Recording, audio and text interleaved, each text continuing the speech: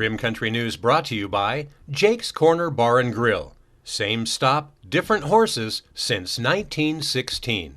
And by Terlucas and Brandt, CPA PLLC, with a long history of providing quality CPA services right here in Rim Country. On this Monday, February 21st, Washington's birthday, for Tano TV, K-Rim Radio News, and Global Trails Media, I'm Randy Roberson with your Rim Country News headlines.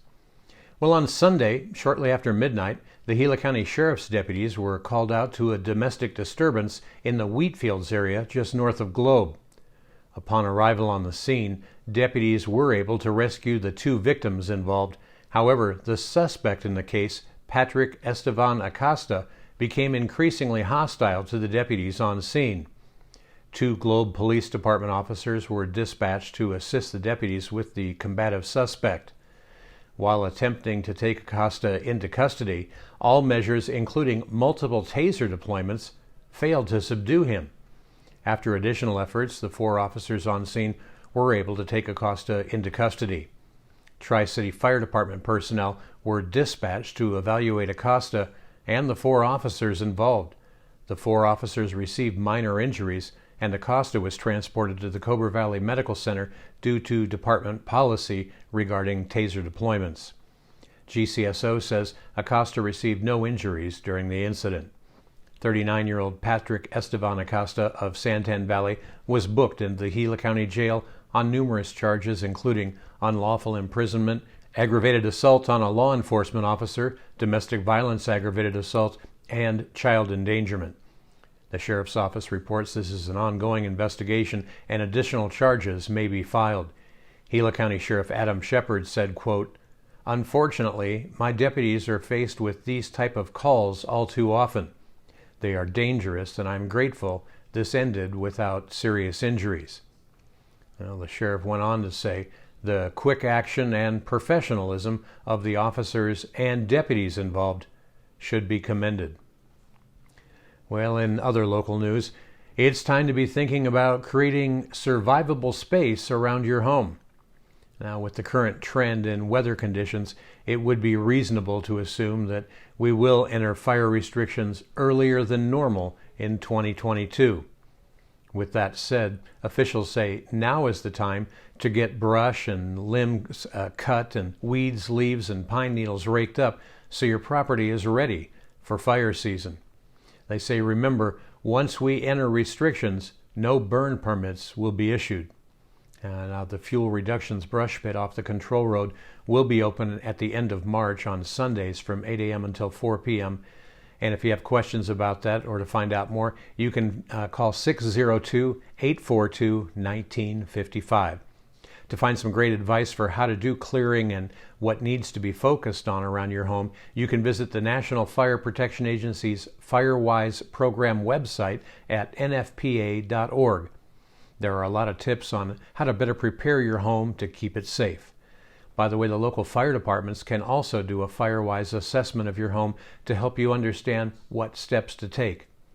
Now, there are methods for homeowners to prepare their homes to withstand ember attacks and to minimize the likelihood of flames or surface fire actually touching the home or any attachments. And finally, over 80 bighorn sheep were successfully relocated thanks to the generous support of KUIU Conservation Direct, Wild Society Coffee Company, and Leopold Optics, as well as the Arizona Bighorn Sheep Society. They all were able to work together to fully fund this great work. Not only did KUIU help fund the relocations, they made an awesome video about their time on the project. KUIU's Brenda Burns says, "We believe projects like this are an invaluable asset in helping out public wildlife and are thrilled to be part of Arizona's conservation family." One of the things that my dad told me right before he died was, if I want my kids to be able to hunt and fish and do things, I had to get involved. And I kind of naturally gravitated towards bighorn sheep just because they're such a majestic animal. You know, I just looked at it as if I ever wanted my kids to be able to have the fortune to view them, take photos of them, or possibly draw a tag one day, it was going to be up to me and my generation to do what we can to get them to survive. This is a tremendous opportunity for us to get our feet on the ground, get our hands dirty, It's a rodeo. People are like, well, do you think somebody else is going to copy Conservation Direct? And I honestly don't care. I hope they do. We built this thing like, I hope you do copy. If somebody wants to do it, call me. I'll tell you how to do it. Well, coming up in Rim Country weather, windy and colder weather arrives later today with a few rain and snow showers over the higher terrain by this evening. Windy and cold weather continues into Tuesday with more frequent rain and snow showers. We'll let you know what kind of weather the rest of the week holds in store coming up next. You're watching Rim Country News. Jake's Corner Bar and Grill. It's not just a bar, it's a destination. Jake started out as an Arizona stage stop way back in 1916, and folks have been stopping here ever since. Jake's also has been famous as a popular stopping spot for travelers headed to Rim Country or Roosevelt Lake. But as more people discover this historic stop, more and more, it becomes the destination. It was even featured in the 2008 movie Jake's Corner and later featured at the Sedona Film Festival. Ice-cold beers from the tap, imported or specialty beers, a generously stocked full bar, and great food that keeps you wanting to come back again and again.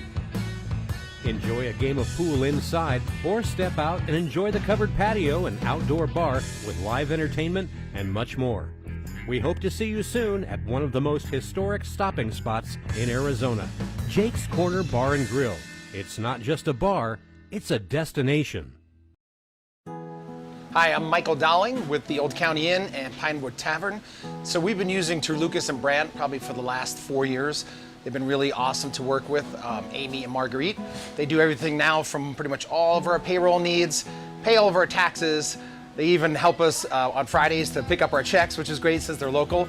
But I pretty much use them for everything. They've been awesome to work with, and they take off all the things I don't have to worry about as far as taxes go, so I can concentrate on my business. But as for now, they're pretty much doing all of my personal taxes, all of our payroll needs, all of our business taxes, and very affordable and just awesome to work with, and they're local. So we really appreciate them, and they've been a great partner with us so far.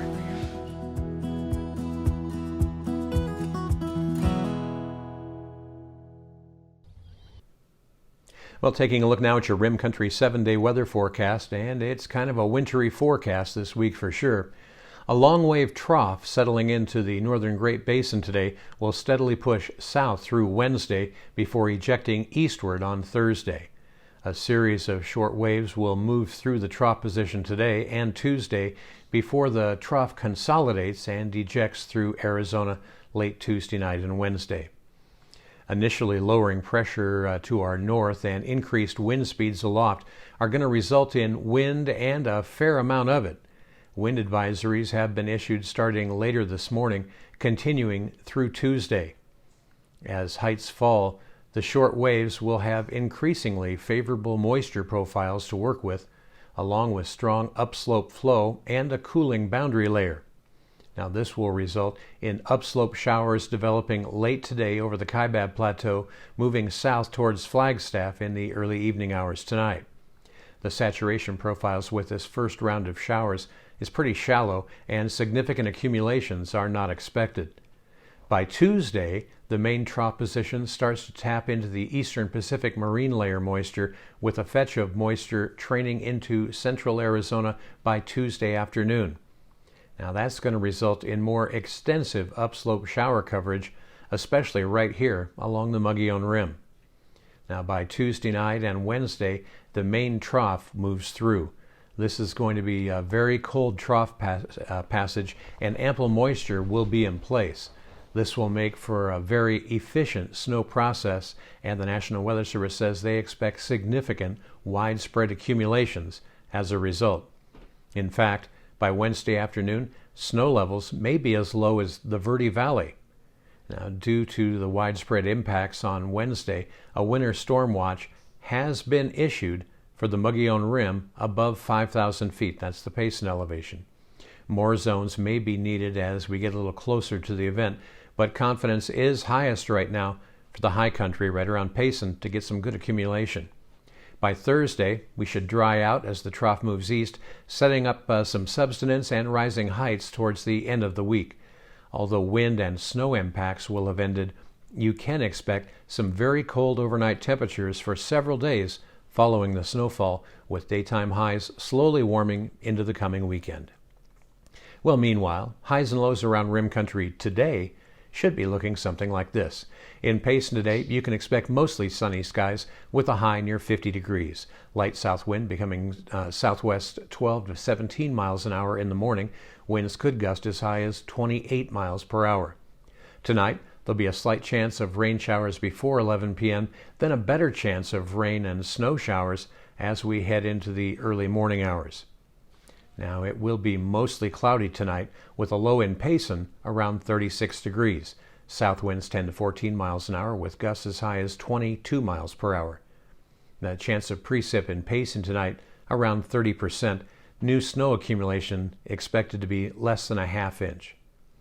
Up on top of the rim at Forest Lakes today, well, they won't get out of the 30s today, with their forecast high expected to only reach 39 degrees. Now, they're low up on top of the rim tonight, near 27 degrees, as the snow begins to fall. The main snow impacts really all over Rim Country, not just on top of the rim. They're not really going to be that significant until Tuesday night into Wednesday morning, and that's when up on top of the rim, they could see over a foot of the white stuff. Now, if you're headed up on top of the rim this week, just plan accordingly and be extra safe up there. Roads could get kind of slick.